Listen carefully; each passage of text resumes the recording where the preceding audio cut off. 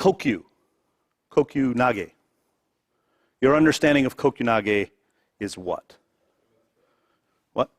He says timing throw, breath throw, whatever that means, right? Breath throw. Any others? Okay, so we know Kokyu, we've always heard it, timing and breath. It's a timing and breath throw, that's our answer. Irimi Nage. Entering throw. What does that mean?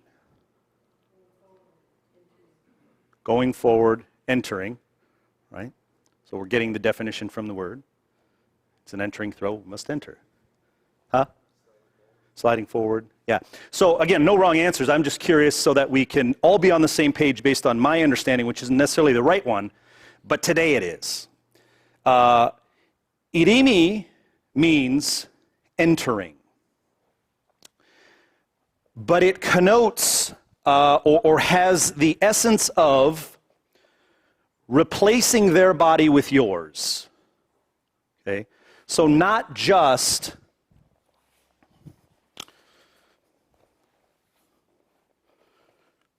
any forward movement. Any forward movement is not necessarily Irimi.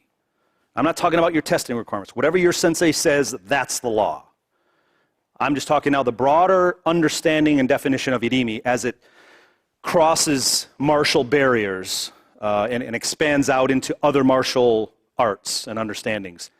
Irimi primarily comes from a sword concept of a sword master saying that two swords cannot occupy the same space. So to fully take over your opponent, you have to clear them of their space. Having no fear and just completely, again, ki-ken-tai ichi, spirit, mind, body, sword, all of it is one, whoosh, and taking out the other person, even if it means your death. This is the concept, of course. So Irimi, the reason I'm expanding on this is because I want you to understand Irimi in your body, in your soul, in your mind. We can understand it conceptually. It's an entering throw. But what it really means is making them disappear, in a sense. They were there, now they're not there because now we're there. We're occupying the space that they were once in. That's the physical manifestation of Irimi.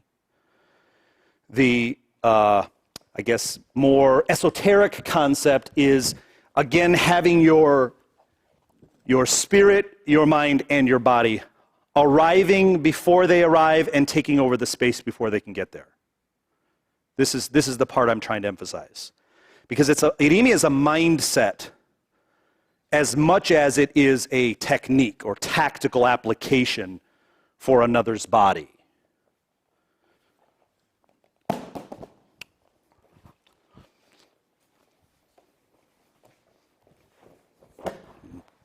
Some bad Kokyu Nage.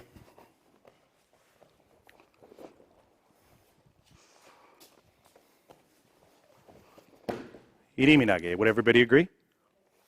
First one was some kind of Kokyu Nage, second one was some kind of Irimi Nage.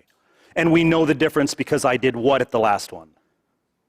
I entered, I stepped in. This is what we always learned. But if I don't clear him of that physical space, mental space, spiritual space, in a sense, they both could be Kokyu Nages. Which means if I just switch my feet on the last one, and he lands in this space, in some martial world, it's still a Kokyu Nage. I just changed the timing. Even though I stepped forward, I did everything you guys said. I stepped forward, I slid. In this case, I added something, I switched my feet, but I ended up forward. But some could say we didn't really do Irimi from a technical standpoint as well as from a mental, spiritual standpoint, because I didn't really take over that space. Our two swords occupied the same space. So I want you to get this sense that Irimi is a complete taking over of everything, which is why it looks kind of brutal sometimes. Because those who get it just step in with abandon.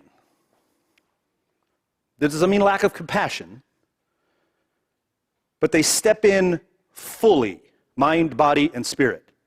Ki, ken, tai. In this case, ki and tai, no sword. So when we're doing the Jo technique, we're trying to arrive in that space before they get there and then also take it over. Okay? So even though they didn't disappear, they don't turn to dust, they're going to be there. You don't have to judge with a tape measure. Well, he was here, now he's here. Is it judges? Anybody? No. You don't have to go that far. But the spirit of Irimi has to be there, which means when he comes in, pow! It has to be complete and final, with compassion, of course. Sorry, I didn't hit you, did I? So, your whole body, your whole spirit, your whole mind arrives there before he does. So now let's start to ramp it up. As you turn, pow! You switch your feet and you take over the space that they want to come into. Occupy it fully. Get there before they do. No entry. They go down. Hey, dozo. Okay, everybody just stay where you are. Just stay where you are. We're going to get back to training, but I want to make a key point about eye contact. I think this is true whenever you do technique, by the way. And I know where this comes from. When we look away, we look up, we look down. It's because you're concentrating. Right? Anybody who's studied NLP or neuro-linguistic programming, our eyes go up and down and to the left and to the right because we're accessing different portions of our brain. Either some future picture we're creating or some past memory we're trying to access.